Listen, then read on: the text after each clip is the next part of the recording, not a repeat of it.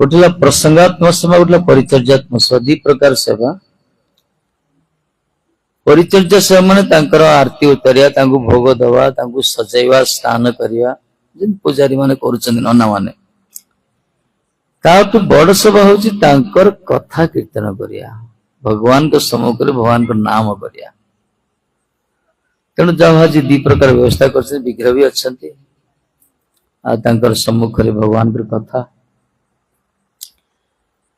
जनाब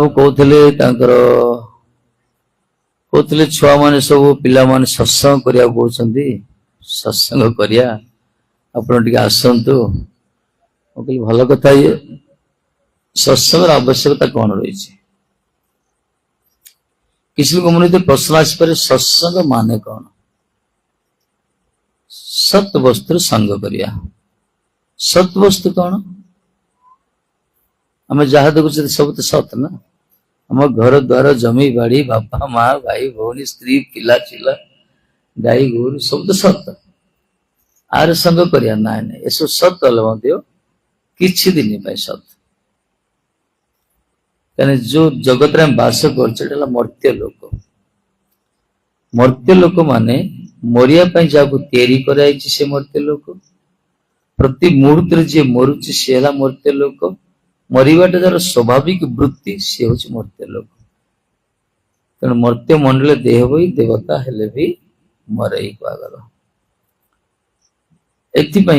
ये जहाँ देखुचे सब सत हेल्ले ये चिरस्थायी नुहे किछि दिन किंतु आउ गोटे सत अच्छी जे कि चिरस्थायी चिरंतन शाश्वत सनातन सी हूँ भगवान कहगला भगवान चिरन सत्य संग ही सत्संग कहगला विषय दीटा जगत अच्छी गोटे संसार जड़ जगत आ गोटे भगवान का जगत जो रोचन ठाकुर जी कथा कीर्तन करिया जदि किसी नाम करिया ताहले आमर संसार सुखमय हो आम दुख दूर हो कहीं संसार रे भगवत गीतार कह दुखालयम अशाश्वतम आम जो जगत रे बास कर नाड़ा दुखर आलय एमती गोटे घर कोठी नहीं जो घर दुख ना खोजत एमती गोटे घर कोठी नहीं जो घर के मरी ना एमती गोटे शरीर कारण जार कि रोग ना एमती गोटे मन कारण जहाँ मन विषाद ना टेंशन ना संसार तैयारी कराई सब दुख अच्छी सब टेंशन रही सब समस्या रही गीतार कह दुखालय ये दुखर आलय जमी पुस्तकालय को जीवा जदि मांगा कि इडली दियो दोसा दियो से देव कि पुस्तकालय पुस्तक मिल भोजनालय भोजन मिल चिकित्सालय चिकित्सा करा ए संसार ना हो दुखालय ये दुख ही अच्छी जहा कले दुख रे संसार कई सुखी ना वास्तव तेणु दुखालय कहला अनित्यम अशाश्वतम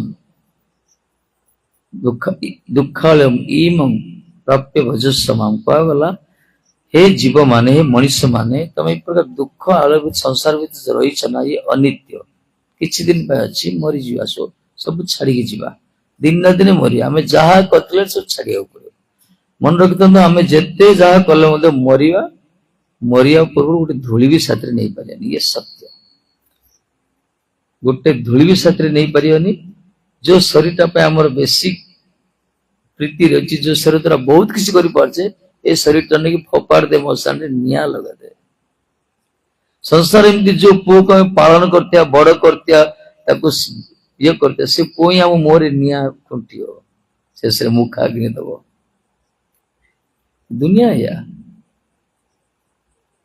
मला गला बोली दी घड़ी कांदे कई न जीवे संगरे किए साथी जीवे नहीं आज्ञा दी घड़ी कांदे तेणु जीवन अंतिम अवस्था होची मशाणी पदा चेठी जीवाटा पक्का जीवा जो सब छाड़ी जीवा छाड़ी जीवानी जदि आम नाकरे कान किसी थी ना आमर परिवार नाती नातुणी बाहर कर दे टाणी बाहर कर दे सोना फोन ସୁନା ଫୁନା ଯଦି କିଛି ଲଗେଇଥିବା ସେ ସବୁ ଟାଣିକି ସବୁ ବାହାର କରିଦେ। ଦୁନିଆ ଏଇଆ। କଣ କରିବା? କର୍ତ୍ତବ୍ୟ କର୍ମ କରିବା, ମନା ନାହିଁ, କର୍ତ୍ତବ୍ୟ କର୍ମ କରିବା, କିନ୍ତୁ ଶେଷ ଦୃଶ୍ୟଟାକୁ ଦେଖିବା ଦରକାର। ଯେମିତି ନାଟକ ଅଛି, ଯାତ୍ରା ଯାଉଛେ, ଯାତ୍ରାର ନାଟକର ଶେଷ ସିନ୍ ଟା ବଢିଆ, ସେଠି ସବୁ ସମାଧାନ ହେଇଯିବ। ଶେଷ ଦୃଶ୍ୟଟା ବଡ ମୁଖ୍ୟ ଦୃଶ୍ୟ, ସିନ୍ ଟା, ସେଠି ସବୁ କିଛି ଦେଖାଯାଏ, ସମାଧାନ ହେଇଯାଏ। ସେମିତି ଏଇ ମଣିଷ ଜୀବନ ଗୋଟେ ଯାତ୍ରା ଚାଲିଛି, ଆର ଲାଷ୍ଟ ଶେଷ ଦୃଶ୍ୟ ହଉଛି ମୃତ୍ୟୁ ଅବସ୍ଥା। ଯେତେବେଳେ ବାର୍ଦ୍ଧିକ ଅବସ୍ଥା ଆସିବ, ଜରା ଅବସ୍ଥା ଆସିବ, ଶଯ୍ୟାରେ ପଡିବା ନା, ବେଡେଡ୍ ହେଇକି ରହିବା, ମୃତ୍ୟୁ ସହିତ ସଂଘର୍ଷ କରୁଥିବା, ସେଇ ସମୟରେ ନାଟକର ରିଏଲ ସିନ୍ ଆରମ୍ଭ ହବ। କେହି ପଚାରିବେନି, କେହି ପଚାରିଲେ ମଧ୍ୟ ଦୁଃଖ କେହି ଦୂର କରିପାରିବେନି। ଦୁନିଆ। ତେଣୁ ନିଜର କଷ୍ଟକୁ, ନିଜର ଦୁଃଖକୁ କେହି ନେଇପାରିବେନି। ଆମ ପରିବାର ଆମକୁ ଡକ୍ଟର ଲଗେଇ ଦେଇ ପାରନ୍ତି, ଇଞ୍ଜେକ୍ସନ ଦେଇ ଦେଇ ପାରନ୍ତି, ଦୁଃଖ କିଏ ନେବେନି, କଷ୍ଟ କିଏ ନେବେନି। ତେଣୁ ବୁଦ୍ଧିମାନ ତାକୁ କୁହାଯାଏ ଯୋଉମାନେ ଜୀବନର ଶେଷ ମୁହୂର୍ତ୍ତକୁ ଦେଖିକି ଜୀବନଟା ତିଆରି କରୁଛନ୍ତି। ସେ ପୁରା ତିଆରି କରିବା ଦରକାର ଜୀବନଟାକୁ।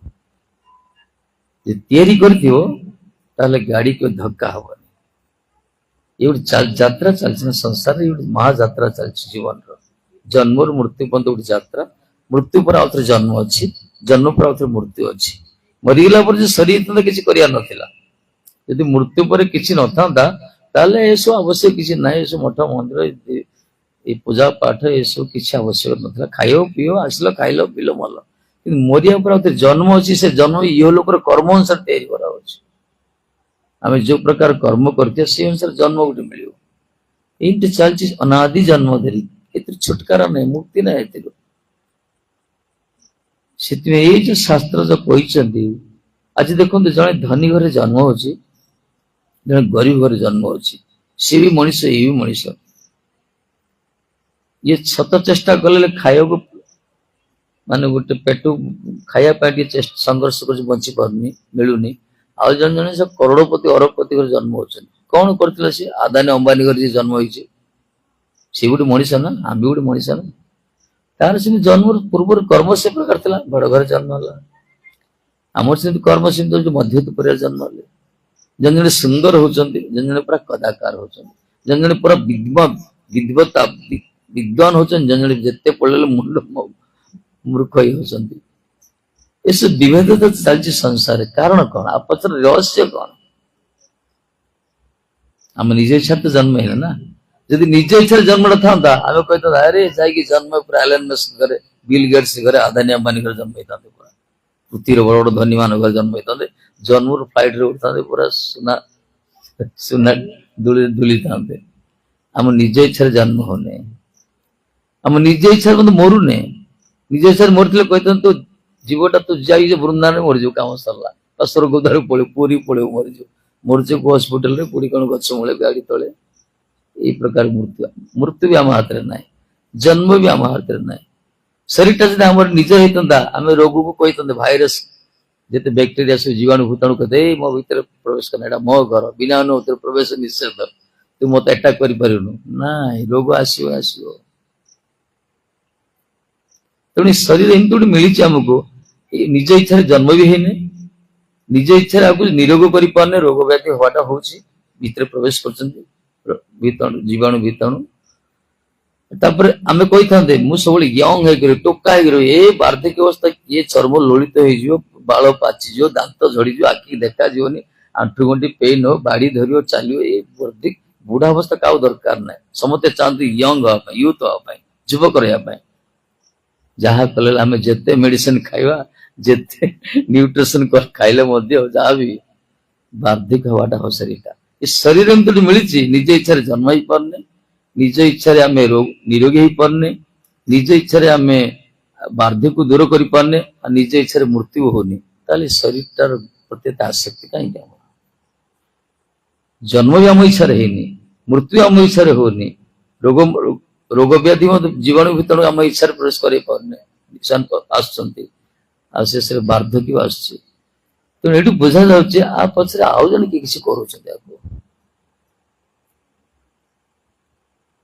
କିଏ କରୁଛନ୍ତି ସେଇଟା ହଉଛି ଆମର କର୍ମ ଫଳ, ସେଇଟା ହଉଛି ଭଗବାନଙ୍କର ଇଚ୍ଛା। କର୍ମଣା ଦୈବ ନେତ୍ରେଣ ଜନ୍ତୁର ଦେହ ଉପପତ୍ତେ, ଭାଗବତରେ କହିଲେ ଜୀବ ତାର କର୍ମ ଫଳ ଅନୁସାରେ ଭଗବାନଙ୍କ ଇଚ୍ଛାରେ ଆଉ ଜନ୍ମ ହଉଛି ପିତା ମାତାଙ୍କ ଗର୍ଭରୁ, ପିତାଙ୍କ ଔରସରେ ମାଙ୍କ ଗର୍ଭରୁ ଜନ୍ମ ହଉଛି। ତେଣୁ ବୁଝି ବିଚାରି କାର୍ଯ୍ୟ କଲେ ପ୍ରମାଦ ନ ପଡେ। ଏ ପ୍ରକାର କର୍ମ କରିବା ଯେମିତି ବିପଦ ନ ପଡିବ ଜୀବନରେ, ସେଥିପାଇଁ ଛୋଟ ସମୟରୁ ତିଆରି ହେବା ଦରକାର। ପ୍ରହ୍ଲାଦ ମହାରାଜ ଭାଗବତରେ କହିଲେ କୁମାର ଆଚରତି ପ୍ରଜ୍ଞ ଧର୍ମାନ ଭାଗବତା ନିହ, କହିଲେ ଦୁର୍ଲଭ ମାନୁଷଂ ଜନ୍ମ ତଦପି ଅଧ୍ରୁବମ ଅର୍ଥଦମ। କୌମାର ଅବସ୍ଥାରୁ 5 ବର୍ଷ ବୟସରୁ ସନାତନ ଧର୍ମ ଯାହାକୁ କୁହାଗଲା, ଆତ୍ମାର ଧର୍ମ, ଜୀବର ଧର୍ମ, ମଣିଷର ଧର୍ମ, ତାକୁ ପାଳନ କରିବା ଦରକାର। କାହିଁକି ନା ମଣିଷ ଜୀବନ ଅତ୍ୟନ୍ତ ଦୁର୍ଲଭ କୁହାଗଲା। ଦୁର୍ଲଭ ଏଇଥିପାଇଁ କୁହାଗଲା, ଅନେକ ଜନ୍ମର ପୁଣ୍ୟ ଫଳ ଆମେ ମଣିଷ ଜନ୍ମ ପାଇଛେ, ସାଧାରଣ ନୁହେଁ ଏଇଟା। ଯଦି କୁକୁର ବିଲେଇ ହେଇଥାନ୍ତେ କଣ କରିଥାନ୍ତେ? ସେ ଜାଣିପାରନ୍ତେ? କିଛି ଜାଣିପାରନ୍ତେ। ପୁରାଣର ବାଣୀ ଅନୁସାରେ 84 ଲକ୍ଷ ଯୋନି ଅଛି, ସେଥିରୁ 4 ଲକ୍ଷ ପ୍ରକାର ମଣିଷ କୁହାଗଲା। ତାର ତ 80 ଲକ୍ଷ ପ୍ରକାର ଯୋନି ଆମର ସରିଯାଇଛି, ଜନ୍ମ ହେଇଯାଇଛି। ଆମେ ସ୍ରଷ୍ଟାଙ୍କ ସୃଷ୍ଟିର ଶ୍ରେଷ୍ଠ ମଣିଷ ଜନ୍ମ ଲାଭ କରିଛେ, ଏ ବଡ ଲାଭ ଆମମାନଙ୍କ ପାଇଁ ଏଟା। ତେଣୁ ଏଇ ଜୀବନର ଅର୍ଥ ହଉଛି ଦୁର୍ଲଭ ମନୁଷ୍ୟ ଜନ୍ମ କଲା। ମଣିଷ ଜନ୍ମ ଅତ୍ୟନ୍ତ ଦୁର୍ଲଭ, ତଦପି ଅଧ୍ରୁବମ, ଇଏ ଧ୍ରୁବ ନୁହେଁ, ମାନେ ମୃତ୍ୟୁ ହବ, ମୃତ୍ୟୁ ହବ ଇଏ। କିନ୍ତୁ ଅର୍ଥଦମ, ଅର୍ଥଦମ ମାନେ ଆଦର ବହୁତ ଲାଭ ହେଇପାରିବ। କଣ? ଭଗବତ ସାକ୍ଷାତକାର ହେଇପାରିବ, ଭଗବତ ସାନ୍ନିଧ୍ୟ ଲାଭ କରିପାରିବା। ଏଇ ମଣିଷ ଜୀବନ ଦ୍ଵାରା, ଆମର ବୁଦ୍ଧି ଦ୍ଵାରା, ବିବେକ ଦ୍ଵାରା ଆମେ ବହୁତ କିଛି ପରମାର୍ଥ ସାଧନ କରିପାରିବା। କିନ୍ତୁ ଆମେ କରୁଛେ କଣ? ବର୍ତ୍ତମାନ ଏଇ ଯୋଉ ଶରୀର ପାଇଁ ଆମେ ସବୁବେଳେ ବ୍ୟସ୍ତ ବିବ୍ରତ। କିନ୍ତୁ ଯୋଉ ଶରୀର ପାଇଁ ଆମେ ସବୁବେଳେ ବ୍ୟସ୍ତ ବିବ୍ରତ, ସେ ଶରୀର ତ ଆମର ନାହିଁ ନା। ତାକୁ ଆମେ ନିଜ ଇଚ୍ଛାରେ ଜନ୍ମ ଦେଇନେ, ନିଜ ଇଚ୍ଛାରେ ତାକୁ ମାରି ନାହିଁ, ନିଜ ଇଚ୍ଛାରେ କିଛି କରିପାରୁନି। ସେ ଗୋଟେ ଅନ୍ୟ ଇଚ୍ଛାରେ ପରିଚାଳିତ ହଉଛି। ତାପରେ ଦିନ ଦିନ ଶରୀରଟା ଛାଡିଯିବ। ଧରନ୍ତୁ ଗୋଟେ ଲୋକ ମରିଗଲା, ଗୋଟେ ଲୋକ ବଞ୍ଚିଲା, ଗୋଟେ ଛୁଆ ସ୍କୁଲରୁ ଫେରୁଛି, ଦେଖିଲା ତା ଘର ସମ୍ମୁଖରେ ସମସ୍ତେ କାନ୍ଦୁଛନ୍ତି, ବାପା ହିଁ କାନ୍ଦୁଛନ୍ତି, ସମସ୍ତେ କାନ୍ଦୁଛନ୍ତି। ସେ ଯାଇ ପଚାରିଲା ବାପାକୁ, ବାପା କଣ ହେଲା? ନା ମା ଚାଲିଗଲେ, ମା ମରିଯାଇଛନ୍ତି। ବାପା କହିଲେ ଛୁଆରେ ମା ଚାଲିଗଲେ। ଏ ଦେଖିଲା ମା ଖଟରେ ଶୋଇଛନ୍ତି। କହିଲା ବାପା ତ ମିଛ କାହିଁକି କହୁଛ? କଣ ହେଲା? ନା ମା ତ ଶୋଇଛନ୍ତି, କାହିଁକି ଚାଲିଗଲେ, କୁଆଡେ ଚାଲିଗଲେ କହୁଛନ୍ତି। ସେ ବିଚାରା ବାପା ବୁଝେଇବ କେମିତି ଛୁଆକୁ, ମାର କୁଆଡେ ଗଲା, କଣଟା ଗଲା, କୁଆଡେ ଗଲା? ବୁଝେଇ ପାରିବ ନା? ସିଏ ତ ଜାଣିନାହାନ୍ତି, କୁଆଡେ ବୁଝେଇବ ସିଏ। ସେ କହିଲେ ମା ଚାଲିଗଲେ, ସେ କହିବା ଠିକ। ଛୁଆ ଦେଖୁଛି ମା ତ ଶୋଇଛନ୍ତି, ଡେଡ ବଡିଟା, ମୃତ ବଡିଟା, ମର ଶରୀରଟା ଶୋଇଛି ଖଟରେ। ତେଣୁ ବାପା କେମିତି ବୁଝିବ ମା କୁଆଡେ ଗଲେ, ମାର କଣ ଗଲା? ତେଣୁ ମୃତ ଲୋକ ଜୀବନ୍ତ ଲୋକ ଭିତରେ ତଫାତ ଏତେ, ଜୀବନ୍ତ ଲୋକ ଭିତରେ, ଜୀବନ୍ତ ଲୋକ ଭିତରେ କିଛି ଗୋଟେ ଶକ୍ତି ରହିଛି, ଯାହା ଯୋଉ ଶକ୍ତି ଦ୍ଵାରା ସେ କହିପାରୁଛି, ଶୁଣିପାରୁଛି, ଦେଖିପାରୁଛି, ଚାଲିପାରୁଛି, ସବୁକିଛି କରିପାରୁଛି। କିନ୍ତୁ ସେ ଶକ୍ତିଟା ତା ଦେହରୁ ଚାଲିଗଲେ ତାକୁ ମୃତ କୁହାଯିବ। ଯୋଉ ଶରୀରଟା ପବିତ୍ର ଥିଲା, ଯୋଉ ଶରୀରକୁ ଆମେ ସବୁବେଳେ ବାପା ମା ହିତ ତାର ଚରଣ ସ୍ପର୍ଶ କରି ପୂଜା କରୁଥିଲେ, ତାକୁ ପ୍ରଣାମ କରୁଥିଲେ, ଯେତେବେଳେ ସେ ବଞ୍ଚିଥିଲେ, ସେ ମରିଗଲା ପରେ ସେ ଶରୀରଟାକୁ ସ୍ପର୍ଶ କଲେ ସ୍ନାନ କରିବାକୁ ପଡୁଛି, ଆମର କର୍ମକାଣ୍ଡି କହିଛି। ଆରେ ଭାଇ, ଯୋଉ ଶରୀରଟା ଏତେ ପବିତ୍ର ଥିଲା, ତାଙ୍କୁ ସ୍ପର୍ଶ କଲା ପରେ ସ୍ନାନ କାହିଁ କରୁଛ? ତାର ତ ପବିତ୍ର ବସ୍ତ୍ର କିଏ ଥିଲା? ତାର ଜୀବନୀ ଶକ୍ତି ଥିଲା, ଚେତନ ଶକ୍ତି ଥିଲା।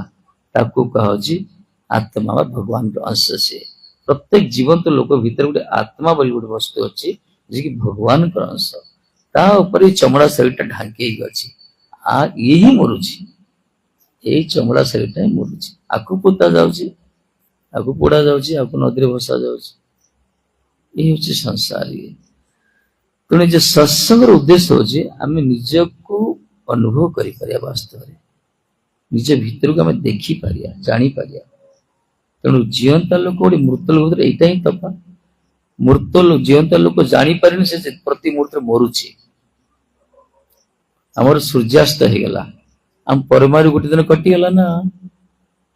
ଆମର ଯେତିକି ଜୀବନ ଅଛି, ଲାଇଫ ଟାଇମ ଅଛି, गोटे दिन कटिगला तेणु आयुर हरती वैपुंसा कुगला पुरुष मानकर आयु को हरण कर उद्यानस्थ चयनस सूर्य भगवान उदय होती अस्त होती माने आम परमायु गोटे दिन कटिगला तार तो प्रति मुहूर्त आम मरण पथ को धावित होचे ये सत्य ये से दुनिया बुद्धिमान लोक कौन करती निजक सतर्क करती सब हाथे मापी चाखंडे चलती हाथे मापी चाखंडे चल अर्थ कौन विचार करके सब जीवन टाक एमती उत्पटांग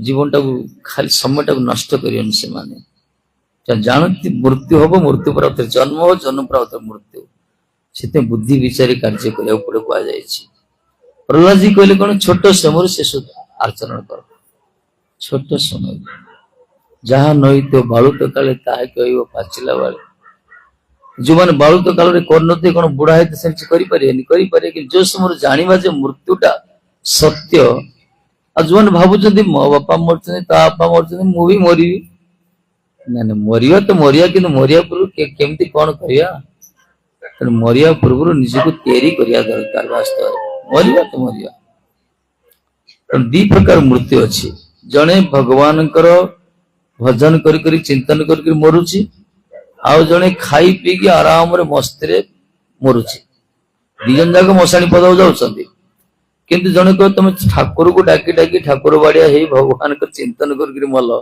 तुम भी मरुच आमे माछ मांस मद पद पेटे खाइलु आम भी उत्पटा कलु आम भी मलु एका कथा का ना ना मरियार दीटा कारण अच्छे केमती गोटे बिराड़ी अच्छे देखिस ना बिराड़ी बिराड़ी बिराड़ी जो छुआ को गोटे स्थान आउ गोटे स्थान नब केमती नब मुखर धरिक जीव पाटी बिराड़ी तार नवजात संतान को पाटी धर गोटे सुरक्षित स्थान रक्षा कर रुके रख से बिराड़ी जो मूषा को खाइब से पाटी ही खाइब गोटे गोटे बिराड़ी ता मुहरे ता मुहटा तार छुआ प्रति रक्षा कवच है गोटे स्थान आउ गोटे स्थान सुरक्षा नहीं रखला सुरक्षित करी मूषा को से मुहरी से खाइला से प्रकार भगवान को दीटा रूप भक्त से भगवान रूप आसती अभक्त जो मैंने भगवान को भजन कर काल रूप आसती मृत्यु दी प्रकार काल रूप मृत्यु से आसव जो मैंने संसार खाली खाई पी मरुंच कि करना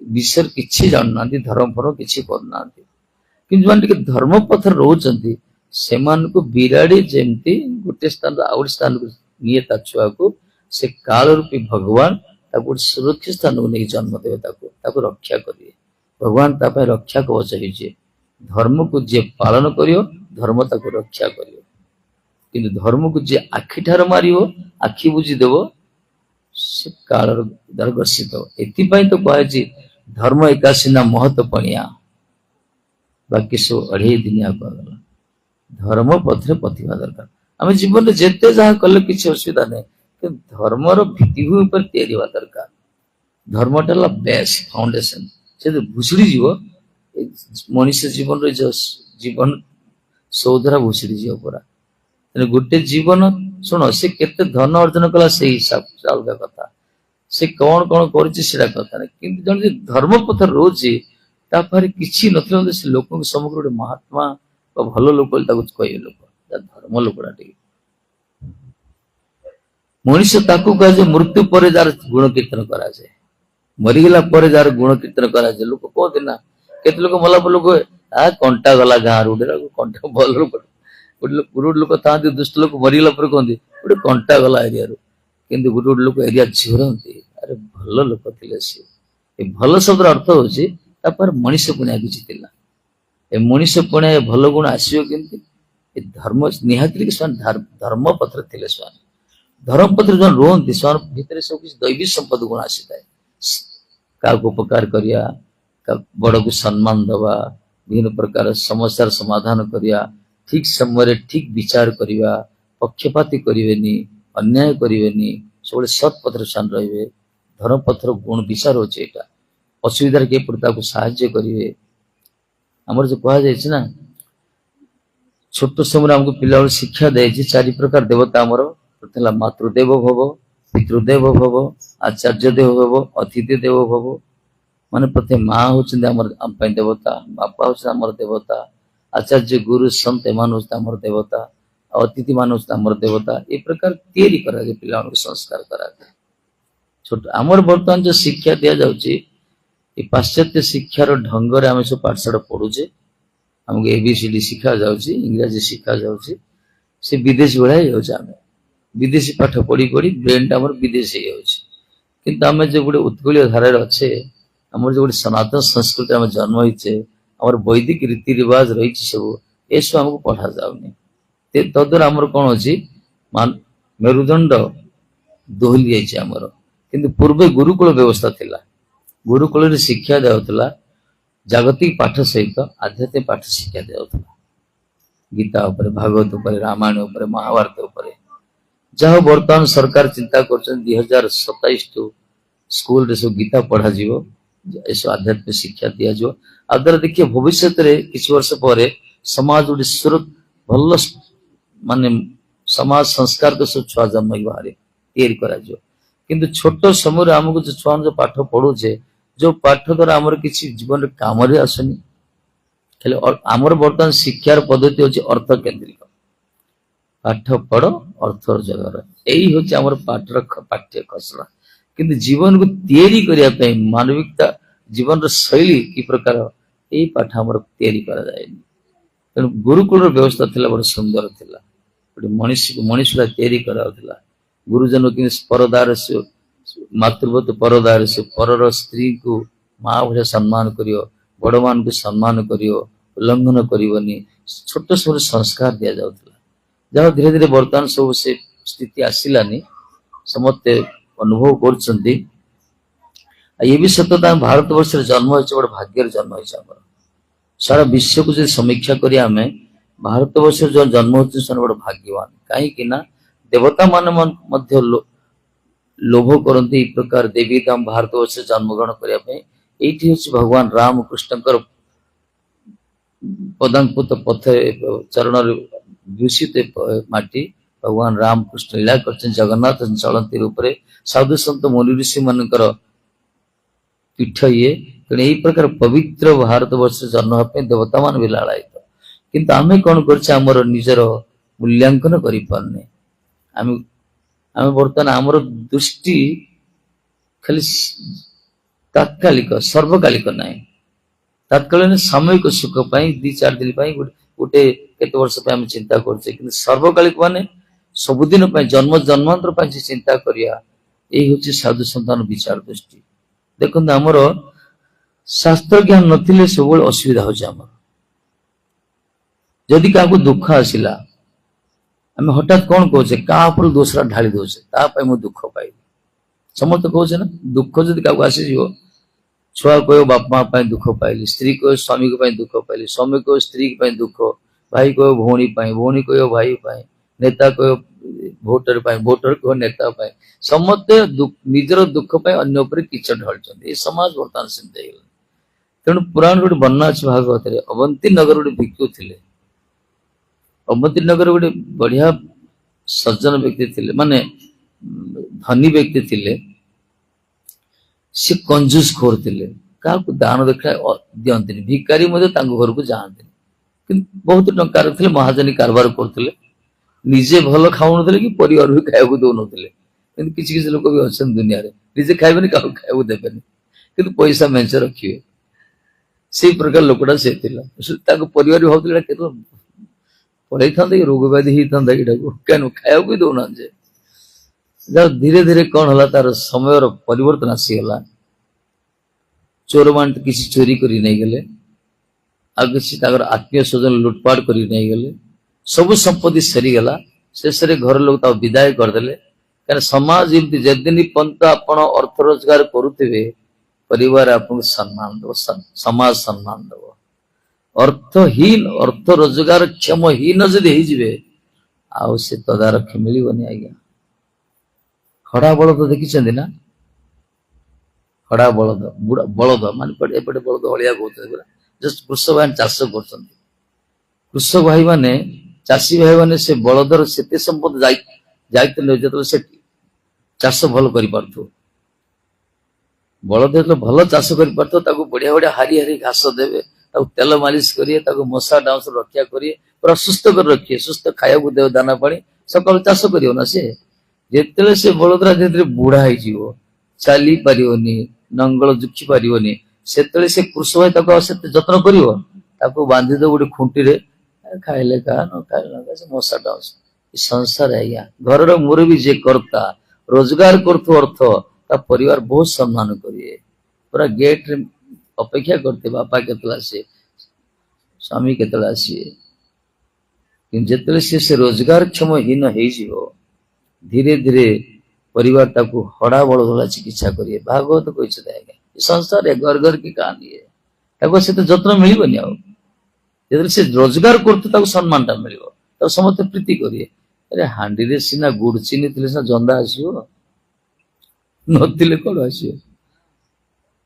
तेणु रोजगार क्षम कहीं पचारे तथापि जो मैंने परिवार को तैयारी करथिबे अच्छी समस्त घर ना जो मैंने परिवार को निजे धर्म पथ थे परिवार को धर्म पथ परिचालित करते संस्कार देते बर्तमान सब पितामाता देखुं पुत्र को संपत्ति रोजगार कहीं पठाउछन किंतु कम पितामाता अच्छा पिता को संतान को संपत्ति तैयारी करना संस्कार दौरान जो पितामाता तार संतान को संस्कार देकी तैयारी करते से पुओ के बापा को धक्का दबनी केबे धक्का दबनी किंतु जो बापा माँ खाली पुओ को संपत्ति कि प्रकार अर्जन करे से अनुसार तैयारी करते संस्कार देते से दिन ना दिन धक्का तो पचार तेणु संपत्ति संस्कार बुद्धिमान लोक माने तार संतान को पाठ पढ़िया साथे साथे संस्कार दवा दरकार संस्कार गोटे प्रकार व्यवस्था से केबे तार गुरुजन को उल्लंघन करबनी केबे धक्का दबनी तार छोट समय ता ब्रेन मन फिक्स करा हेतियो बड़ो कि सम्मान दिया जियो पाप कौन पुण्य कौन धर्म कौन कर्तव्य कौन नैतिक शिक्षा कौन ये सब शिक्षा दिया आपको पहला संस्कार किंतु वर्तमान जो शिक्षा खाली पाठ पढ़े अर्थ रोजगार करे संपत्ति पत्र दौड़े से संपत्ति धर कि बापा जो बड़ संपत्ति माँ जो बड़ संपत्ति परिवार जो बड़ संपत्ति से बुझी पार से तो से संपत्ति भल लगे शिखाई दियो से तेणु आम समाज अधपतन आम ही दायी बास जिते से अवंतीनगर भिक्कु बाहर को आसीगला किए पचारे से आस गोटे गछ मूल बसला जो लोक मैंने सब घर के तार सब कंजूसी भाभी घर के जाऊन बर्तमान से सब टाही टापरा कले चुगुली कले सब केते छुआ मान से गला समय तार टेका फोपाड़े विभिन्न प्रकार कठोर भाषा प्रयोग कले लोकड़ा क्या उपकार कर मुठे खाया दे ना क्या दुखरे सहाय नाला किए पचारे बुला कुकुर माड़ खाला टोकर खाइला थे गोटे पिपल गछ मुखर बसला बस चिंता कला मु प्रथम जीवन में बहुत सुख पाइली टंकार पहाड़ भीतर रही आराम रही एवं बर्तमान दुख पाऊँ मो जीवन में सुख दुखर कारण किए से खोजिला ब्राह्मण लोक थिला से मन संस्कार थिला पूर्वर चिंता कला मोर सुख दुखर कारण किए से शेष निजर निष्कर्ष निजर बुद्धि द्वारा विवेक द्वारा गोटे उदाहरण से मान सत्य कथा कहले कहले नायं जन्मे सुख दुख हेतु न देवतात्मा ग्रह कर्म काल मनः परमं कारणं पुमानन्ति संसार चक्रे परिवर्तयत जत कहले न अयं जन्मे सुख दुख हेतु ये मो जीवन जो सुख आसला दुख आसला एथिरे किए जन्म माने क्यों लोक किए दायी ना आम बर्तमान कौन कहे दुख आसिले काल नाड़ा कहीदे तारी मोर आज अवस्था ताई मुझे भलर थी तार जो ता बुद्धि पड़ी मो जीवनटा कांडा नष्ट होगा कहीदे किए क्या किच ढाल दुख कि ये कहले मो जीवन दुख पाई सुख पाई को लोक दायी ना न अयं जन्मे सुख दुख हेतु न देवतात्मा केते कहते देवता मान को डाक देवता अनुकोप कले ये कहते ना देवता मान भी मो सुख दुखर दायी ना आत्मा निजर आत्मा के दायी कर आत्मा भी से दायी ग्रह के ग्रह खराब आजिकल कह नाना कह ग्रह खराब तर ग्रह खराब पड़े पूजा पाठ करे ये कह ना ग्रह पर किसी ना ग्रहर दोष ना मोर जो सुख दुख आसला ग्रह किसी ना न देवतात्मा ग्रह कर्म बोले मोर कर्मर फल ना नहीं कर्म भी नुहे न देवतात्मा ग्रह कर्म काल केते तुम समय खराब चलती काल कहते समय खराब चलती बेड पीरियड चलती किंतु ये कहते ना ना ए मोर जीवन सुख दुख को लोक दायी नुहे को बंधु बांधव आत्मीय स्वजन दायी नुहति मोर कौन समय दायी नुहे मोर ग्रह दायी नुहे को देवता दायी नुहति भगवान दायी नुहति आत्मा दायी नुहे कर्म दायी ना किए दायी कहले मन परम कारण बनती मोर मन ही परम कारण दुख मन ही मोर सुख दुख मूल कारण कहले मनटा हूँ मोर सुख दुख मूल कारण जो संसार चक्र बारंबार घूरी बुलूची संसार चक्र परिवर्तन मन एवं मनुष्याण कारण बंध मोक्ष कहगला मन ही मनुष्य मुक्तिर कारण मन ही मनुष्य बंधन कारण मन जार सुस्थ थी स्थिर थी शांति कहीं ना जगत रे किंतु मन कार सुस्थ ना जगत रे संसार देखो मन कार स्थिर ना मन तो गोटे अलग प्रकार जिते जहाँ मन टेंशन थी मन ही सुख भोग करुची बढ़िया बढ़िया खाद्य वस्तु रखा पेटर क्षुदा थी सम्मुख में खाद्य प्लेट थी खायापे इच्छा हो हाथ ही धरी थे फोन आसला कड़े बिजनेस लॉस है बाकी एक्सीडेंट हो गला खाई पारिया उठी पड़ा थाली तार तो खाऊला किए हाथ खाऊला पाटी जाऊला सब कि मनटा खाऊला मनटा खराब होगा खाई है तेणु मन ही सुख भोग कर मन ही दुख भोग कर मनर गति की जानिया दरकार ये ठीक कथा कहते दुख आमको ये अवस्था सहित आम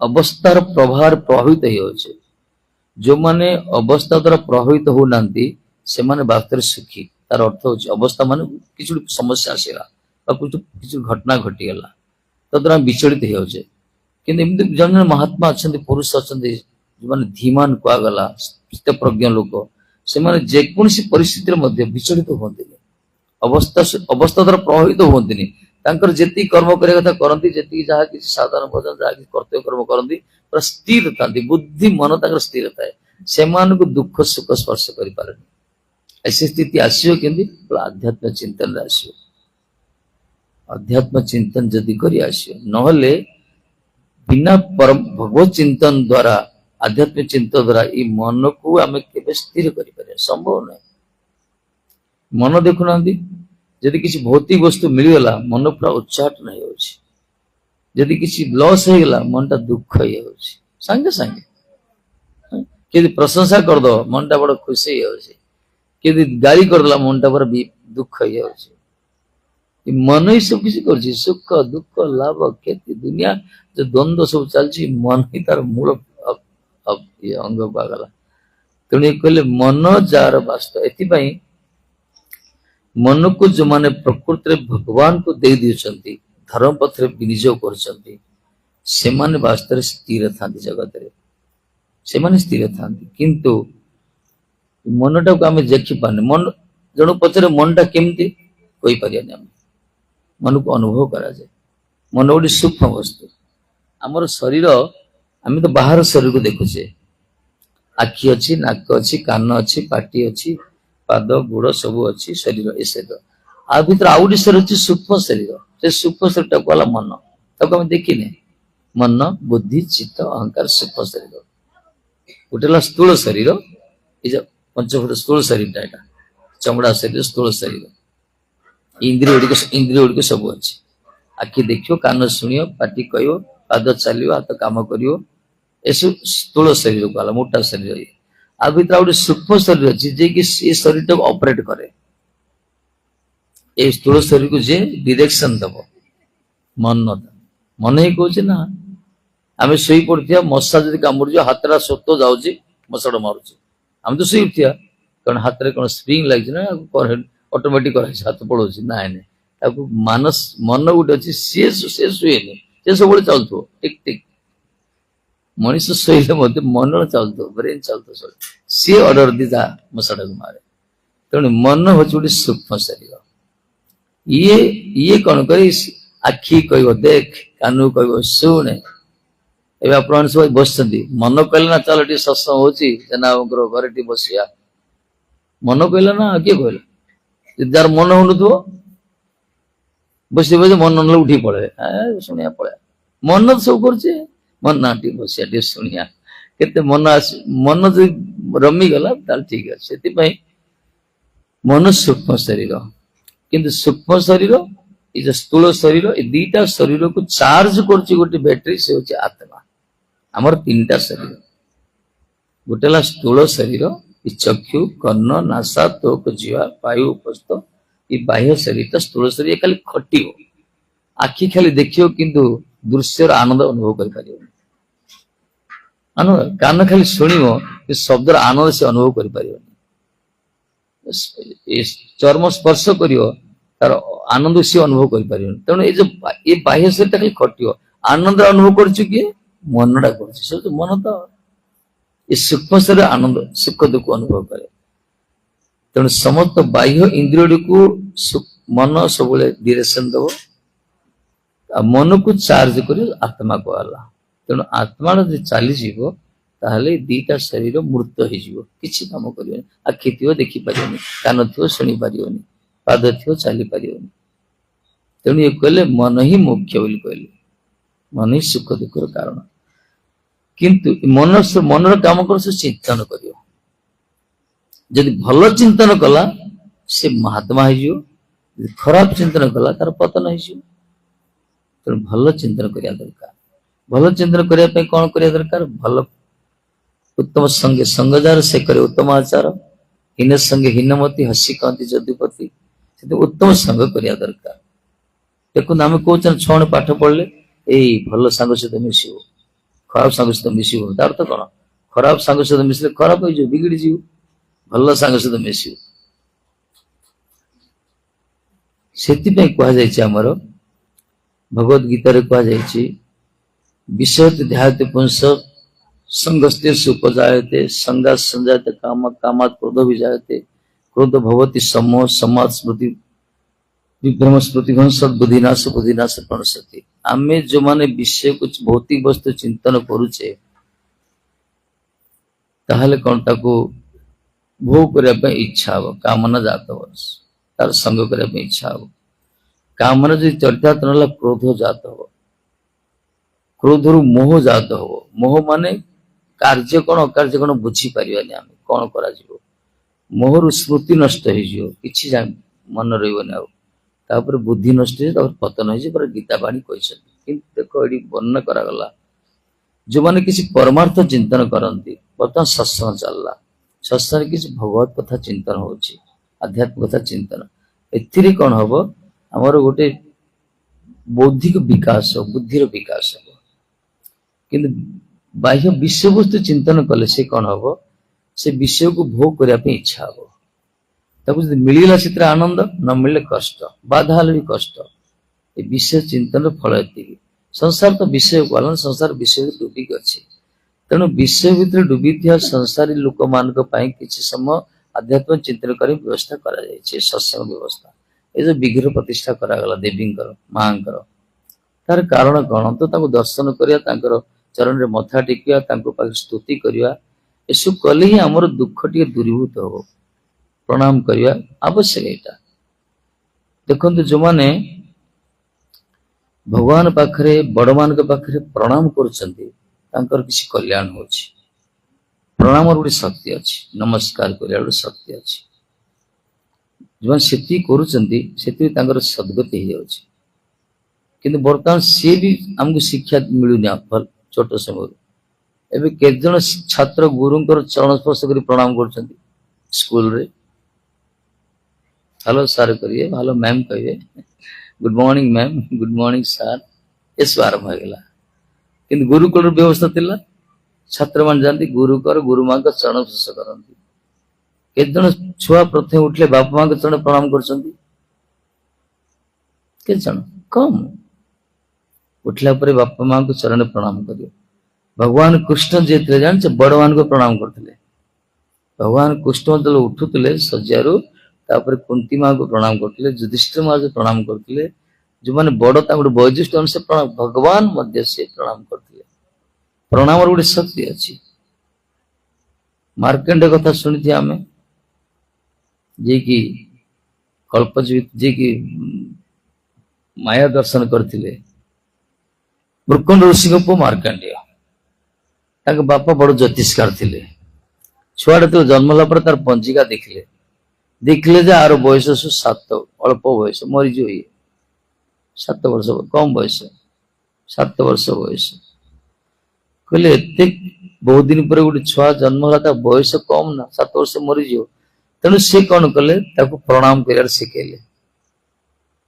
छुआ तो जी आसिले बड़ प्रणाम कर थोड़े कौन जी सप्त ऋषि आसछन्ति वशिष्ठ विश्वामित्र अंगिरा पुलह पुलस्त सप्त ऋषि आसछन्ति। ये छुआ तो बापा शिखे दिले ऋषि मान चरण जाई प्रणाम कले प्रणाम कले प्रणाम कर छुआ कहले कल्पजीवी भव कहले आशीर्वाद करदे कल्पजीवी भव माने कल्प पर्यंत बंच ये पूरा सातुरा ऋषि 7 कल्प आयुष मिलगला। तापर मुकुंड ऋषि कहले महाराज गड़बड़ हो ना कौन आर परम 7 वर्ष बयस आपण मैंने आशीर्वाद कले कल्पजीवी हम माने 7 कल्प बंची ये तो बड़ा असुविधा कहले आम तो स्वाभाविक तो आशीर्वाद करुचु ऋषि बड़ मान आशीर्वाद कर निष्फल हेनी तेणु से गोटे कम कर जो दिन परम नष्ट सरीज से दिन जीव महादेव को आज बुड़ी धर से जो दिन परम सरीज से छुआ बापा निर्देश ऋषि मान आदेश गले शिवलिंग पूरा धड़ी बसले पूरा जमदूत भी आसी पारे फेरी पड़े से 7 कल्प जीवी हो गले से पृथ्वी प्रलय होगला प्रलय होला पर चारिटे जलमग्न होगला। मार्कंड ऋषि बर्तमान भासी भासी जाउछन्ति गोटे बटपत्र गोटे बरगछ थिला ता चेर को धरी पड़ुछले ऊपर गोटे बटपत्र थिला बटपत्र शयन करछन्ति भगवान बटपटाय शयन कला बाल मुकद मनसास्परामि पदार बिंदे करार बिंदे जसु माने भगवान शयन करछन्ति बाल मुकद ऊपर से ही परम पुरुष पागला ताकू दर्शन कले प्रलय पर मार्कंड ऋषि ताकर इच्छा थिला माया को दर्शन करे से दर्शन कले बयस थिला 7 वर्ष बयस प्रणाम करे एते लाभ होला प्रणाम शक्ति अच्छी बड़ मान को जो प्रणाम करती तांकर स्वाभाविक गोटे आशीर्वाद आसता है स्वाभाविक सत्य खाली मुंडे हाथ रखिले आसपास कले प्रणाम कला हृदय विगलित गोटे लोक को शत्रु थो ना शत्रु को जुआर हम ना हृदय विगलित नियम अच्छी कर आम शत्रु जो भावचे घर सम्मुख जीवा प्रणाम करिया से जेते निष्ठुर हृदय थिले किस समय हृदय विगलित हो बारंबार करिया से भावियो बोधे परिवर्तन होगला तेणु समस्त आशीर्वाद को लाभ करने एकमात्र रास्ता प्रणमे दंडवत हुम अश्व गोखर चंडाल कहले खाली से नहीं प्रणाम करियो अश्व गोखर चंडाल समति प्रणाम कर समस्त भीतर भगवत शक्ति अच्छी आम भी छुआटा जो गुड़ बाजिव आम देह छुचे बेले करुचे ना आम गोटे बयस कम थी पाद बाजिगला चरण बाजिगला आम छुचे देह को छुई कर कारण कौन आमको शिखा जाए समस्त देह भगवान अच्छा आज मैंने बड़ मान तो छोट मान तो सब प्रणाम कर बड़ मान पाखे बड़ मान को प्रणाम करा दरकार विशेषकर छुआ मान बापा माँ को प्रणाम करा दरकार गुरुजन को प्रणाम करा दरकार घर को जो मैंने आसे प्रणाम पर कले कौन हम ये गोटे संस्कार है आम पाठ पढ़ुचे संपत्ति good morning ma'am good morning sir ये सब कौन से वैदिक रीति रिवाज नहीं ये सब पाश्चात्य ढंग सब कि बर्तमान गुरुकुल थी कौन गुरुजी को चरण स्पर्श करा से प्रणाम गोटे संबंध थिला से गुरु शिष्यर संबंध से पिता मातार संतान बात्सल्य संबंध थाए तो नियम कराई पूरा शिक्षा दि जाए आमको आगू कहला संस्कार प्रहलाद महाराज केते कथा कहते प्रणाम द्वारा गोटे बहुत किसी साध्य हो गोटे लोक शुण गोटे लोक शुणिला प्रणाम महिमा से तो बजार मार्केट थिला गाँ भाया मार्केट से बजार जीव प्रत्येक समझ प्रणाम करा जाओ देख प्रणाम किसी कहबे खाली हाथ टेकियो जो से हाथ टेकुची लोक जान खाली समति जुआर हो छोट बड़ जाओ देखले से हाथ टेकुची आ जी हाथ टेकुच अन्य लोक हाथ टेकिले ये माने ट्रेंड आरंभ है सी जो बजार जाऊे ये हाथ टेकु तो समझ हाथ टेकुचे किछि दिन पर गोटे अपरिचित लोक गोटे सेठ गोटे आसला से सहर को बड़ सेठ से भाविला एई सहरर बादान्य व्यक्ति किए एई सहरर सबुठु जनादृत व्यक्ति किए ताकू मु केते टंका दान करी से करोड़पति से कोटी कोटी टंका आनिथिला किंतु अपात्र दान करी पात्र दान करियो से भले एई सहरर सबुठु सम्मान्य व्यक्ति किए ए सहर रे काकू सबुठु सम्मान दिया जाए समस्त प्रीतिर पात्र किए ताकू देवी तेणु से गोटे बजार गोटे दुकान पारे बसी खाली देखला को लोकटा सम्मान्य ये तो महात्मा सब तो प्रणाम करके जाऊला जी देखिए हाथ जोड़ते ये तो बजार हाथ जोड़ी गले आपको समस्त हाथ जोड़े कि दुकानी कि ग्राहक कि छुआ कि गाड़ी गुड़ा जाते सब हाथ टेकिले से लोकटा भाविला बोधे यही सम्मान्य व्यक्ति आपको समस्त प्रणाम कर यही सम्मान्य व्यक्ति तेणु से चेक लिखा केते कोटी टंकार कहवा अर्थ है प्रणाम भी एक प्रकार शक्ति अच्छी समस्त आशीर्वाद मिल जाए सब किसी कल्याण है से जानी ये प्रणाम कर सब लोक प्रणाम संग्रह करुच्ची से भाविला आपको समस्त ज्वार होती माने ये सब सम्मान्य व्यक्ति सब जनादृत व्यक्ति ये प्रीतिर व्यक्ति ये सत पात्र ये भगवान आशीर्वाद करते विशेष कर छुआ मान ये कहले किए जनाब कहले आप पिला विषय कहे जमी हो कहीदे छुआ तो बस पांडुरपुर जानते महाराष्ट्र अच्छा पांडुरंगा भगवान अच्छा पांडुरंगा भगवान विठल नाथ जाऊ कगला शुणी से जड़े भक्त थे नामदेव भक्त जाऊ कगला से बापा को सब सेवा करते पितृभक्त थे वास्तव में पिता माता प्राण थिला किंतु भगवान को भक्त भी थे सी भगवान सहित विठलनाथ से सख्य भाव थिला ये खेलती ठाकुर सहित खेलती जो फुर्सत मिले जाती मंदिर मंदिर बाहर भीतर ठाकुर आसीजे छुआ रूप ये दी जन खेलाखेली करते सख्य रस भगवान सब खेलती दिने कौन हो बापा को सेवा कर बापा को सेवा कर समय विठलनाथ देखिले विठल देखिले कहीं से आसला तो सांगटा से खुजी खुजा घर को पड़ा आसले घर मोरे छिड़ा हेले डाकिले नामदेव से कहले हाँ सर अरे हाँ खेलवा कहले टिके छिड़ाओ सी तमें कौन पे बापा को सेवा कर भगवान आसी डाकुंट ये कह टिके रही बापा को सेवा कर खाली से नुहे प्रभु चेरी फेर ना गोटे चेरी थे बसता बड़ गोटे इटा उठा इटा इट देदेले कहले बसत जाओ ए छिड़ा हो इटा गोटे देदेले ठेलीदेले से ठाकुर करिए कौन से इटा उपर छिड़ा हेले ये पिता सेवा सरला आसला आज पर्यंत से ठाकुर विराट भव्य मंदिर इटा उपर ठाकुर छिड़ा जगत को शिक्षा दिया तेणु पितृभक्तर पाखे भगवान पराभूत होती कर्तव्य करिया पड़ो कर्तव्य रही निहत पालन करिया दरकार कले भगवान भी से संतुष्ट होती कहीं वर्णाश्रम धर्म से तैयारी कर वर्णाश्रम धर्म को जो मैंने पालन कर प्रति भगवान को कृपा दृष्टि थाए कि सहित कौन करिया दरकार भगवत चिंतन करिया दरकार भगवान को भजन करिया दरकार किंतु जो माने बड़ मान को सम्मान दे जानना जो माने गुरु को सम्मान दे जानना ब्राह्मण संतोष सम्मान देना जो माने पिता माता को सम्मान द्वारा जानना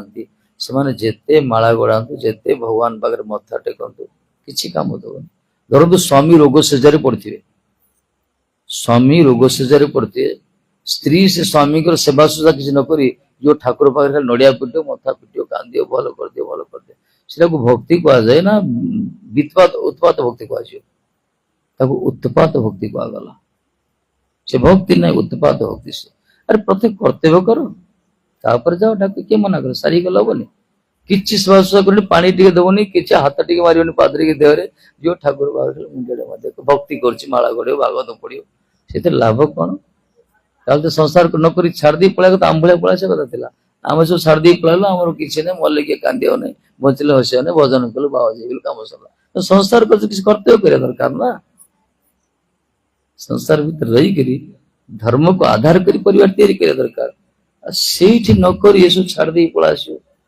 लाभ कौन कारण समस्त कर्तव्य किसी ना किसी अच्छे ସ୍ୱାମୀର କର୍ତ୍ତବ୍ୟ ସ୍ତ୍ରୀ ପ୍ରତି, ସ୍ତ୍ରୀର କର୍ତ୍ତବ୍ୟ ସ୍ୱାମୀ ପ୍ରତି, ପୁତ୍ର କର୍ତ୍ତବ୍ୟ ପିତାମାତା ପ୍ରତି, ପିତାମାତାର ପୁତ୍ର ପ୍ରତି, ପରସ୍ପର ଯଦି ପ୍ରତ୍ୟେକ କର୍ତ୍ତବ୍ୟ ଆଦାନ ପ୍ରଦାନ ଠିକ ଭାବରେ କରିବେ ତାହେଲେ ସବୁ ଦେଖନ୍ତୁ ରାମଜୀ ଭଗବାନ ରାମଚନ୍ଦ୍ର ରାଜା ଥିଲେ। ସେ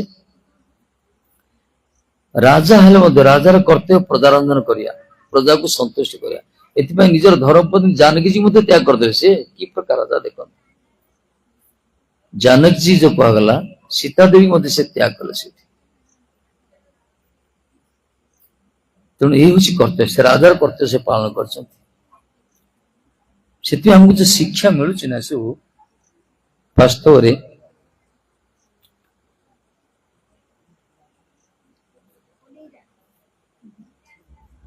ଆମର ସନାତନ ଧର୍ମରେ କଣ ଭଗବତ ଗୀତା, ରାମାୟଣ, ମହାଭାରତ, ଭାଗବତମ, ବେଦ ଏସବୁ ଆମର ଶିକ୍ଷା ଦିଆଯାଇଛି। ଭଗବତ ଗୀତାକୁ ଆଧାର କୁହାଯାଇଛି, ଆଧ୍ୟାତ୍ମିକ ବିଦ୍ୟାର ମୂଳ ବୋଲି କୁହାଯାଇଛି ତାକୁ। ସେଥିରେ କଣ ଶିକ୍ଷା ମିଳେ ଆମକୁ? ଜୀବନରେ କର୍ତ୍ତବ୍ୟ ଅକର୍ତ୍ତବ୍ୟ ଭିତରେ ସମସ୍ତେ ଫସି ଯାଉଛେ, ଆମେ ବୁଝିପାରୁନି କଣ କରିବା ଦରକାର କଣ ନ କରିବା ଦରକାର। ସମସ୍ତ ଜୀବନରେ ଆସେ ସମସ୍ୟା। ଅର୍ଜୁନଙ୍କ ପାଖରେ ସମସ୍ୟା ଥିଲା କଣ? ଗୋଟେ ପଟେ ନିଜର ସ୍ୱଜନ ଆତ୍ମୀୟ ସ୍ୱଜନ ଅଛନ୍ତି, ଆଉ ଗୋଟେ ପଟେ ସେ କ୍ଷତ୍ରିୟ। କ୍ଷତ୍ରିୟ ଧର୍ମ ହଉଛି ଯୁଦ୍ଧ କରିବା, କିନ୍ତୁ ଗୋଟେ ଆତ୍ମୀୟ ସ୍ୱଜନ ପ୍ରତି କର୍ତ୍ତବ୍ୟ ଥିଲା, ମୋହ ଥିଲା, ସେ ମାରି ପାରୁନଥିଲେ। ତେଣୁ ତା ମନ ଭିତରେ ସନ୍ଦେହ ଥିଲା, ମୁଁ ନିଜର ଗୁରୁଜନ ମାନଙ୍କୁ ବଦ୍ଧ କରିବି, ଏ ବ୍ୟବହାରିକ ଜ୍ଞାନ ଏଇଟା କରିବା କଥା ନୁହେଁ। ସାମାଜିକ ବ୍ୟବହାରରେ ଗୁରୁଜନକୁ ବଦ୍ଧ କରିବା କଥା ନୁହେଁ, କିନ୍ତୁ ଏପଟେ କ୍ଷତ୍ରିୟ ଧର୍ମ ହଉଛି ଯୁଦ୍ଧ କରିବା ଦରକାର। ଯୁଦ୍ଧରେ ପ୍ରତି ସମ୍ମୁଖରେ ଯିଏ ଆସିଲ ତାକୁ ତା ସହିତ ଯୁଦ୍ଧ କରିବା ଦରକାର। ତେଣୁ ସେ ମଧ୍ୟ ବୁଝିପାରିଲେ ମୁଁ କରିବି କଣ। ଯଦି ମୋର ବ୍ୟବହାରିକ କର୍ତ୍ତବ୍ୟକୁ ପାଳନ କରିବି ତାହେଲେ ମୋର ଧର୍ମ କ୍ଷତ୍ରିୟ ଧର୍ମ ଚ୍ୟୁତ ହେଇଯିବ। ଯଦି କ୍ଷତ୍ରିୟ ଧର୍ମକୁ ପାଳନ କରି ତାହେଲେ ସ୍ୱଜନ ଆତ୍ମୀୟକୁ ବଦ୍ଧ କରିବାକୁ ପଡିବ। ସେ ବି ଜାଣିପାରିଲେନି। ଭାରତକୁ ଦିଭାଗ କରାଗଲା। ଯେତେବେଳେ ଭାରତ ଦ୍ୱିଖଣ୍ଡିତ ନ ହେଇଥାନ୍ତା, ଇଣ୍ଡିଆ ପାକିସ୍ତାନ ନ ହେଇଥାନ୍ତା, ଭାରତ ପାକିସ୍ତାନ, ତାହେଲେ ଭାରତ ସ୍ୱାଧୀନ ହେଇନଥାନ୍ତା। ଯଦି ଭାରତର ଅଖଣ୍ଡତା ବଜାୟ ରଖିବାକୁ ପଡିବ ତାହେଲେ ଭାରତକୁ ଦିଭାଗ କରିବାକୁ ପଡିବ। ଯଦି ଭାରତକୁ ଦିଭାଗ ନ କରିବା ତାହେଲେ ଇଏ ସ୍ୱାଧୀନତା ହବନି। ଏ ବାପୁଜୀଙ୍କ ମନରେ ଆସିଲା ସମସ୍ୟା, ଆସିଲା ଗାନ୍ଧିଜୀଙ୍କର। ଜୀବନରେ ଜଣେ ଜଣେ ଅଛନ୍ତି ପାଠ ପଢନ୍ତି କିନ୍ତୁ ଏପଟେ ପରିବାର ବୋଝ ଆସେ। ପରିବାର ବୋଝରେ ସେମାନେ ପାଠ ବି ଭଲରେ ପଢି ପାରନ୍ତିନି, ମାନେ ପରିବାର ଦାୟିତ୍ୱ ଅଛି। ଯଦି ପରିବାର ଦାୟିତ୍ୱ ଠିକ ପାଳନ କରିବ ତାହେଲେ ପାଠ ବି ପଢି ପାରିବନି। ଯଦି ପାଠକୁ ଫୋକସ ଦବ ତାହେଲେ ପରିବାର ଦାୟିତ୍ୱ ନେଇପାରିବନି। ସେ ଭିତରେ ସେ କରିବ କଣ? ତେଣୁ ପ୍ରତ୍ୟେକ ଜୀବନରେ ସମସ୍ୟା ଏମିତି ଆସେ, ଦିଟା ରାସ୍ତା ଆସେ, ମଝିରେ ଜଙ୍କସନରେ ଜୀବ ଛିଡା ହେଇଛି। ଏଇଠି କରିବ କଣ ସେ ଚିନ୍ତା କରିପାରୁନି, କି କର୍ତ୍ତବ୍ୟ କଣ କରିପାରିବ। ସମସ୍ତ ଜୀବନରେ ଅଛି, ସମସ୍ତ ଜୀବନରେ ଦିଟା ରାସ୍ତା ଅଛି। ଦୁଇ ଛକି ଯାଉ ହେଲା, ଟୁ ୱେ, ଦି ଛକିରେ ଜଙ୍କସନରେ ଛିଡା ହଉଛି। କଣ କରିବ କଣ ନ କରି ସେ ବୁଝିପାରେନି। ସେଇଥିପାଇଁ ଭଗବତ ଗୀତା ଠାକୁରଜୀ ସୃଷ୍ଟି କଲେ। ଗୀତା ଏଇଠି ସୃଷ୍ଟି ହେଲା। ଏ ଶାସ୍ତ୍ର ଯଦି ଆମେ ଅନୁଧ୍ୟାନ କରିବା, ଅନୁଶୀଳନ କରିବା, ମନନ କରିବା, ଚିନ୍ତନ କରିବା, ଧ୍ୟାନ କରିବା, ତାହେଲେ ବୁଝିପାରିବା କଣ କେତେବେଳେ କୋଉ କର୍ମ କରିବା ଦରକାର ସେ ଆମକୁ ଶିଖେଇବେ। ଏଇଟା ଆମର ଆଧ୍ୟାତ୍ମିକ ପୁଞ୍ଜି ନା, ଏଇଟା ହିଁ ସମ୍ପତ୍ତି ଆମର, ଏଇଟା ହିଁ ସମ୍ପତ୍ତି ବାସ୍ତବରେ। ଆମେ ବୁଝିପାରୁନେ ଆମର ପୁରାଣ ଶାସ୍ତ୍ରରେ କଣ ସବୁ ବର୍ଣ୍ଣନା କରାଯାଇଛି। ଗୋଟେ ବୁଢୀ ମା ତା ପୁଅ ଗୋଟେ ବିଦେଶ ପଳେଇଥିଲା, ଚାକିରି କଲା ବିଦେଶରେ, ବଡ ଚାକିରି କରୁଛି। କିଛି ଦିନ ପରେ ଦେଖାଲା ବୁଢୀ ମା ସେ ରାସ୍ତାରେ ଭିକ୍ଷା ମାଗୁଛନ୍ତି। ଜଣେ ତାର ନାତି ବୟସ ଥିଲା, ସେ ବେଶୀ ଭଲ ପାଉଥିଲା, କହିଲା ଏ ଆଇ ତୁ କଣ ଭିକ ମାଗୁଛୁ? ତୋ ପୁଅକୁ ପାଠଶାଳ ପଢେଇଲୁ, ବଡ କଲୁ, ସେ କୁଆଡେ ବଡ ଚାକିରି କରୁଛି କଣ, ସେ ପଇସା ପତ୍ର ପଠଉନି? କାହିଁ ଛୁଆ କି ତ ପଠଉନି, କାହିଁ କିଛି ଚିଠି ଫିଠି ଦଉଛି ନା ନାଇଁ କିଛି? ହଁ ଗୋଟେ ନାଲି ନୀଳ ସବୁ କଣ କଣ ଚିଠି ସବୁ ଦେଇଛି, ପଇସା ବିଲକୁଲ ନା ଦଉନି। ଚାଲତେ ଦେଖିବା କଣ କଣ ନା ମୁଁ ସବୁ ରଖିଛି। ସେ ଯୋଉ ମାସୁ ଗୋଟେ ଆସେ ମୋ ପାଖକୁ, ସେ କହିଲେ ଗୋଟେ ନୀଳ ନୀଳ ଏନଭଲପରେ ଗୋଟେ କଣ କଣ ଆସେ, ମୁଁ ତ ଜାଣିନି ଛୁଆ କଣ, ସେ ରଖିଛି। ଇଏ ପାଠଶାଠ ପଢିବା ନାତିଟା ଇଏ ଦେଖିଲା ଯେ ସେ ଚିଠି ନଥିଲା, ସେ ସବୁ ଥିଲା ଚେକ୍ ସବୁ ଥିଲା। ଗୋଟେ ଏନଭଲପରେ ସେ ଚେକ୍ ପଠଉଥିଲା, $1,000, $10,000 ସବୁ ଚେକ୍ ପଠଉଥିଲା। କହିଲା ଏ ଆଇ ତୁ ପାଗଳି, କେତେ ଟଙ୍କା ଜାଣିଛୁ? ପ୍ରତି ମାସରେ ସେ ତୋ ପାଖକୁ 20,000, 30,000, 50,000 ଟଙ୍କା ପଠଉଛି।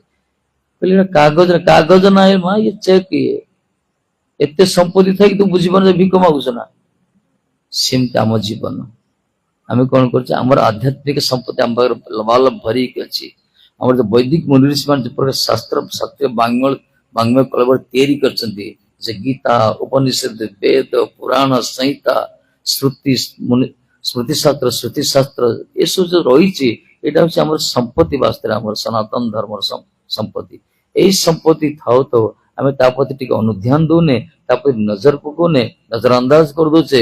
ଆମେ ଯାଉଛେ ଖାଲି ମଣିଷ ଜୀବନର ଯୋଉ ଷଷ୍ଟାଙ୍ଗ ସୃଷ୍ଟିର ଶ୍ରେଷ୍ଠ ମଣିଷ ଜୀବନ ଲାଭ କରିଛେ, ଯୋଉଟା କି ଭଗତ ସାମ୍ରାଜ୍ୟରେ ପ୍ରବେଶ କରିବାର ଗେଟୱେ ଅଫ ଭଗତ ସାମ୍ରାଜ୍ୟ କୁହାଗଲା, ଦ୍ୱାର ଦେଶରେ ଉପନୀତ ହେଇଛେ। କିନ୍ତୁ ଏଇ ପ୍ରକାର ଦୁର୍ଲଭ ଜନ୍ମ ଲାଭ କରି ଆମେ ଖାଲି ଏଇ ଚମଡା ଶରୀର ପାଇଁ ଖାଲି କଷ୍ଟ ପଡୁଛେ, ମରୁଛେ ଖାଲି ହନ୍ତସନ୍ତ ହେଇକି। ବୁଝିପାରୁନି ଆମର ସମ୍ପତ୍ତି କେତେ ଆମ ଭିତରେ ଅଛି। ଏଥିପାଇଁ ତ ମହାତ୍ମା କୁହନ୍ତି, ଆରେ ଆମ ପାଖରେ ଅଛି ଏସବୁ, ତାକୁ ଶୁଣିବା ଦରକାର। ସତ୍ସଙ୍ଗ ଉଦ୍ଦେଶ୍ୟ ଏଇଆ। ସତ୍ସଙ୍ଗ ଉଦ୍ଦେଶ୍ୟ ଆମକୁ ସଂସ୍କାର ଦବ, ଆମର ବୁଦ୍ଧିର ବିକାଶ କରିବ, ଆମ ଭିତରେ ଥିବା ମାନବିକତାକୁ କ୍ରିଏଟ କରିବ, ମାନେ ପ୍ରକଟ କରାଇବ।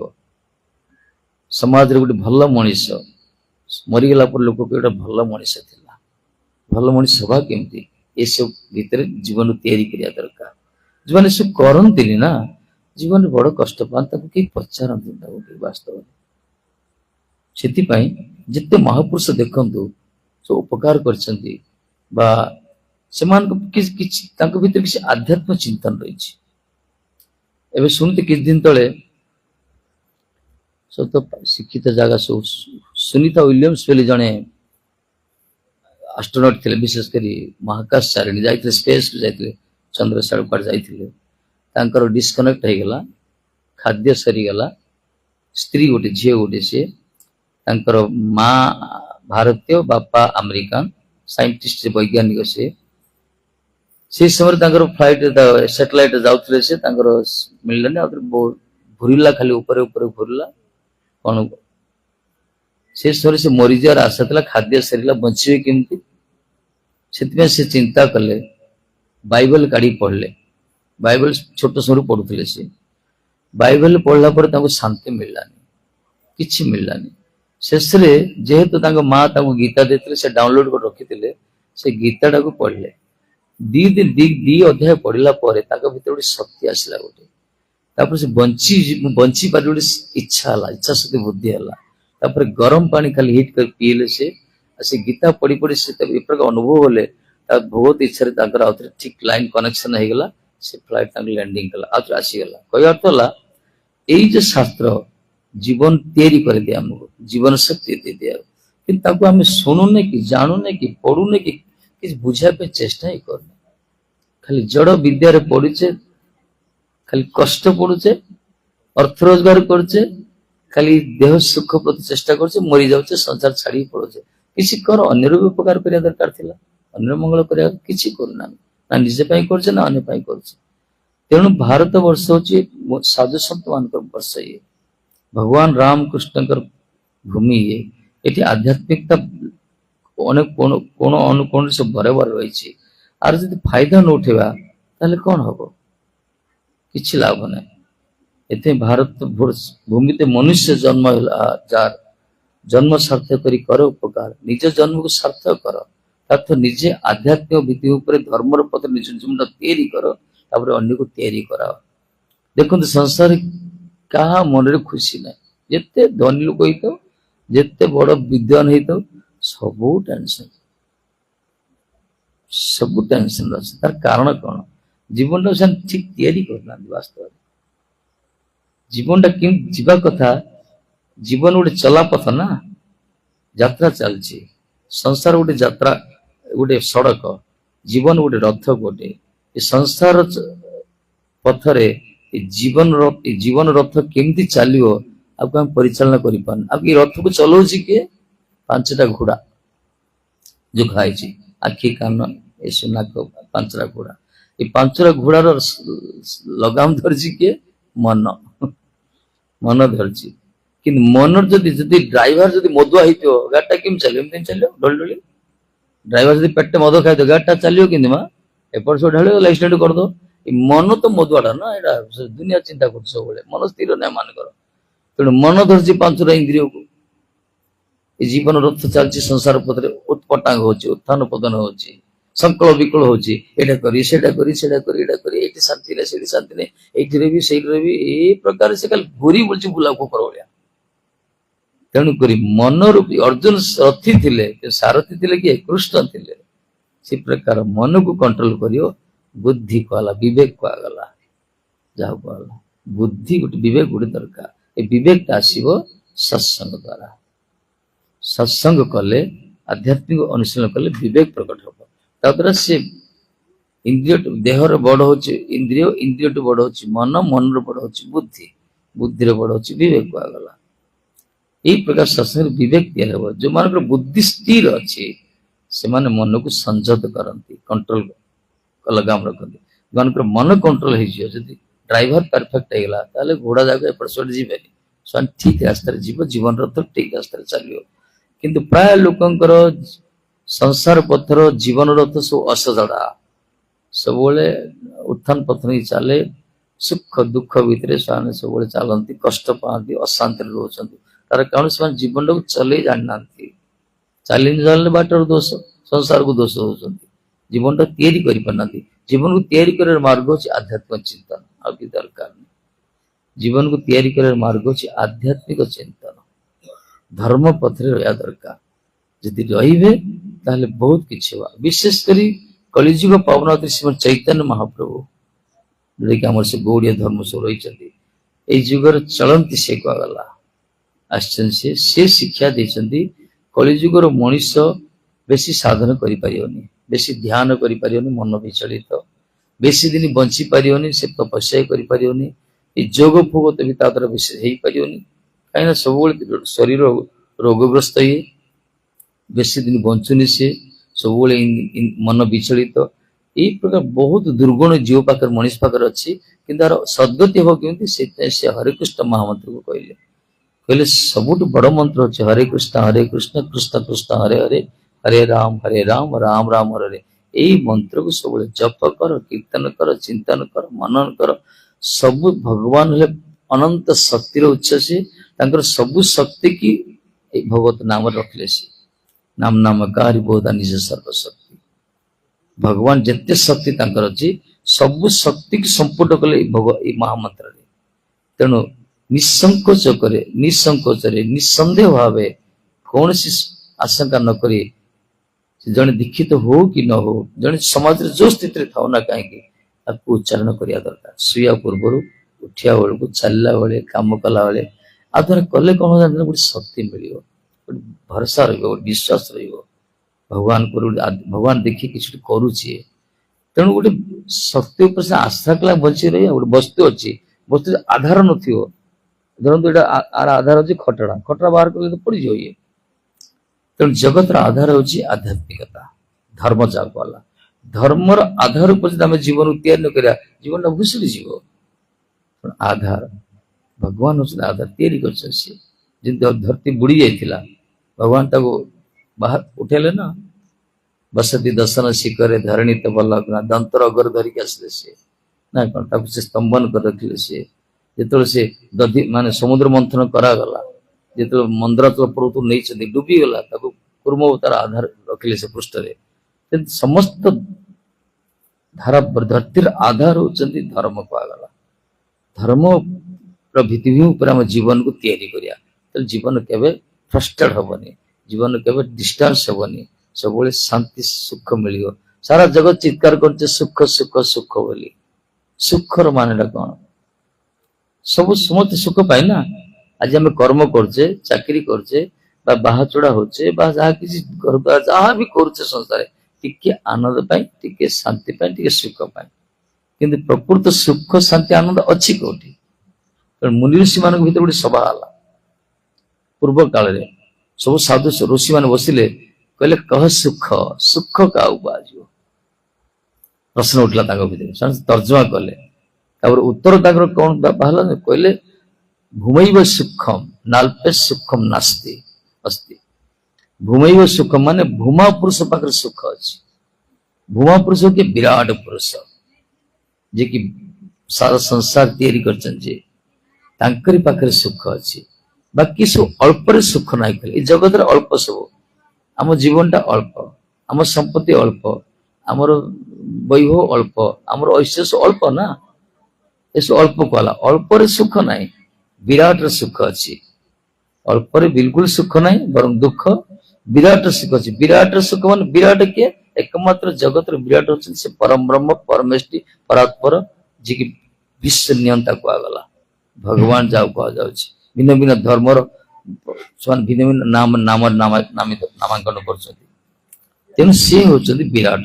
ତାଙ୍କରି ପାଖରେ ସୁଖ ଅଛି। ତାଙ୍କ ସହିତ କନେକ୍ଟ ହବା, ତାଙ୍କୁ ଚିନ୍ତନ କରିବା, ତାଙ୍କୁ ଯଦି ଧ୍ୟାନ କରିବା, ମନନ କରିବା, ଆମର ସବୁ ସମସ୍ୟା ଦୂର ହେଇଯିବ। ଯେତେ ପ୍ରକାର ଡିଫେକ୍ଟ ରହୁଛି ମନ ଭିତରେ, ହୃଦୟ ଭିତରେ, ଶରୀର ଭିତରେ, ଜୀବନରେ, ସବୁ ଯାକ କ୍ଲିୟର ହେଇଯିବ। ତେଣୁ ସିଏ ସବୁ ସୁଇଚ୍ ତାଙ୍କ ପାଖରେ ଅଛି। ଅପରେଟର ସିଏ ଦୁନିଆକୁ ଚଲାଉଛନ୍ତି। ଜିଓଡି ଗଡ୍ ମାନେ କଣ? ଜି ମାନେ ଜେନେରେଟର, ଓ ମାନେ ଅପରେଟର, ଡି ମାନେ ଡିଷ୍ଟ୍ରାକ୍ଟର, ମାନେ ଯିଏ ସୃଷ୍ଟି କରୁଛନ୍ତି, ଯିଏ ପରିଚାଳନା କରୁଛନ୍ତି, ଯିଏ ସଂହାର କରୁଛନ୍ତି, ସେ ଈଶ୍ୱର ଗୋଟେ କିଏ? ଆମେ ଈଶ୍ୱର ଗୋଟେ କିଏ? ଯିଏକି ପରମ ବ୍ରହ୍ମ କୁହାଗଲା, ପରାତ୍ପର ତତ୍ଵ କୁହାଗଲା, ଯିଏକି ଲୀଳା ବିଳାସ କରିବା ପାଇଁ ଗୋଲୋକରୁ ଭୂଲୋକକୁ ଆସିଥିଲେ, ଯିଏକି ସଂସାର ଲୋକଙ୍କୁ ସଦ୍ବୁଦ୍ଧି ଦେବା ପାଇଁ ଗୀତା ଭଳିଆ ମହାକାବ୍ୟ, ଗୀତା ଏଭଳିଆ ଆତ୍ମଜ୍ଞାନକୁ ସୃଷ୍ଟି କଲେ, ଆମକୁ ସଦ୍ବୁଦ୍ଧି ଦେବା ପାଇଁ ବାସ୍ତବରେ। ତେଣୁ ଏତେ ବ୍ୟବସ୍ଥା ଠାକୁରଜୀ କରିଛନ୍ତି, ତଥାପି ତାଙ୍କ ପ୍ରତି ଆମର ଭରସା ନାହିଁ। ତାଙ୍କ କଥା କିଛି ଶୁଣୁନି। ନ ଶୁଣିଲେ ହବ କି? ପାଳନ କରିବା ଦରକାର। ଯେତେ ହଁ, ଯେତେ ଶାସ୍ତ୍ର ସବୁ କୁହାହେଇଛି ଆମକୁ ପାଳନ କରିବା ପାଇଁ ଅଛି, ଶୁଣିବା ପାଇଁ ନାହିଁ। ଶୁଣିବା ପଟେ ବାହାର କଥା ନାହିଁ, ପାଳନ କରିବା ପାଇଁ ଅଛି। ଜୀବନ ଯୋଉମାନେ ପାଳନ କରୁଛନ୍ତି ସେମାନଙ୍କର ସଦ୍ଗତି ହଉଛି, ପ୍ରକୃତ ଶାନ୍ତି ସେମାନେ ଅନୁଭବ କରୁଛନ୍ତି। ସମୟ ତ ହେଇଗଲାଣି, ଚାଲ କୀର୍ତ୍ତନ କରିବା। ଆଉ ପ୍ରକୃତରେ ଏଇ ଯୋଉ ମାର୍ଗ ନା, ସଂସାରରେ ଦେଖନ୍ତୁ, ଯଦି କିଛି ମେଲୋଡି ହବ, କିଛି ଅର୍କେଷ୍ଟ୍ରା ହବ, କିଛି ରଙ୍ଗାରଙ୍ଗ କାର୍ଯ୍ୟକ୍ରମ ଚାଲିବ, ଖଚା ଖଚ ଲୋକ, ପ୍ୟାଣ୍ଡେଲ ଭର୍ତ୍ତି ହବ,